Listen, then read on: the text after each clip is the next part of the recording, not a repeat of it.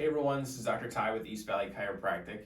I wanted to talk to you today about sciatica. Sciatica is a very common condition that people will suffer from, and kind of going over what it is, how you can get it, and then obviously what we can do to help it. So what sciatica is actually just the name of a nerve that runs in your lower half of your body. So it runs from your low back down your leg all the way down to your toes.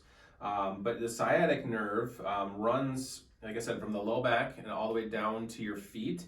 But it runs right underneath a muscle called the piriformis muscle. So that sciatic nerve is a couple of the nerve roots from that low back, and then the piriformis muscle runs from the hip to what's called your sacrum.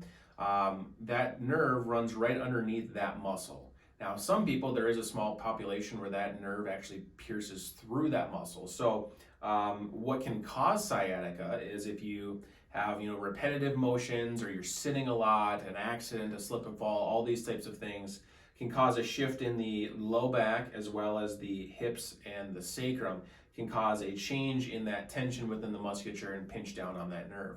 Like I said, for some people, it actually goes through that nerve. So if there's any tension within that muscle, it's going to compress upon that nerve. So you'll feel things like pain, numbness, tingling, tightness, maybe some shooting pain. Those are all very common things that you'll experience with sciatica. And what we can do to help is actually figure out, okay, where is the problem coming from? Number one, but most importantly, get that movement back into the spine, help get the hips and the sacrum realigned so that way those nerve roots aren't being irritated. Thus, then you don't have any of those symptoms with sciatica. So if you have any questions, please let us know. Otherwise, we would love to help you out.